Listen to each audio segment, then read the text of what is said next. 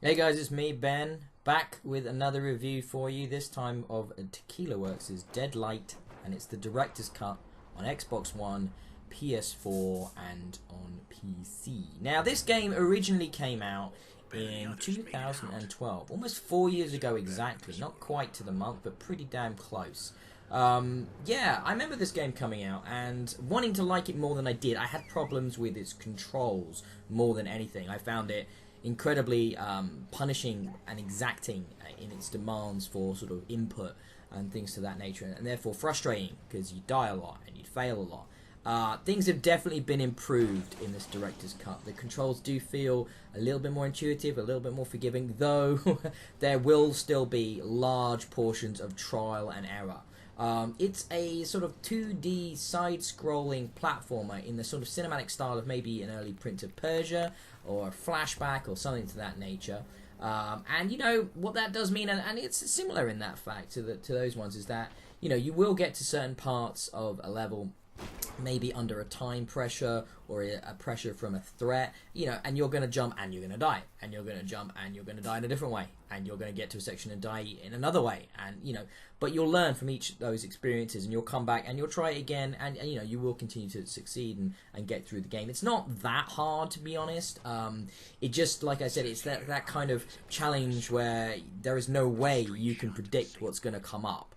Unless, of course, you play the original and can remember it well. You're not going to be able to predict certain things, and you're just going to miss jumps. You're going to fail, and you're going to have to do that section again. But the checkpointing is generous, so it's never that much of a large portion of the map you need to go through. And the world is peppered with collectibles and diary entries and things for you to really dig into the world of Deadlight. And Deadlight's world is pretty compelling. It's set in this alternative 1980s. And it's set in Seattle, in a sort of zombie outbreak.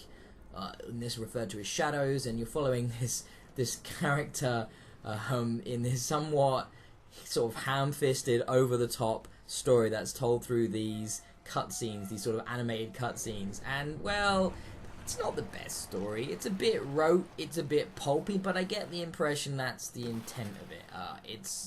It's a very overwrought and serious story, and a dark story about a man and his sort of losing it into his own mind as the world collapses around him. And that's fun in its own way, I suppose. The other new addition to the director's cut, which is this sort of survival mode that's been put in, sort of an arena survival mode, and that's fine. It's nice that they've added something into this game. It looks good, this game. I have to say, in 1080p.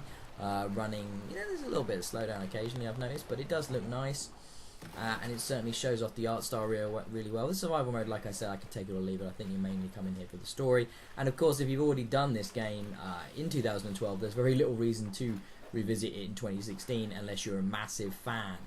If you're not, if you haven't played it, I do think it's a recommendation from me, because it is a fairly distinct game, though. Let's be honest now, the zombie genre is getting old. There are so many games in this genre that are available that, unless you're really, really dead set on a game like this, maybe not worth going to it right now. I mean, I think, for example, State of Decay is a better zombie game, a very different zombie game on Xbox, but it's still maybe slightly more compelling. The fact that this game sort of is about the puzzle platforming and the narrative hooks, neither of which are amazing. They're both okay. They're both pretty good, but there are better alternatives out there, I would say, for that sort of stuff. So it's hard to give it a great recommendation.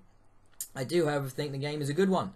It's solidly built. There are some bugs. I had to restart occasionally at checkpoints because my character would get stuck in a piece of environment or something of that nature, which is a little bit frustrating. But like I said, those checkpoints are quite generous, so it's not the end of the world. And when you're really moving at a clip in this 2D environment, and hooking things together, jumps and grabs and sprints and stuff like that, finding things, it's a compelling experience. So I give Deadlight a solid 3 out of 5.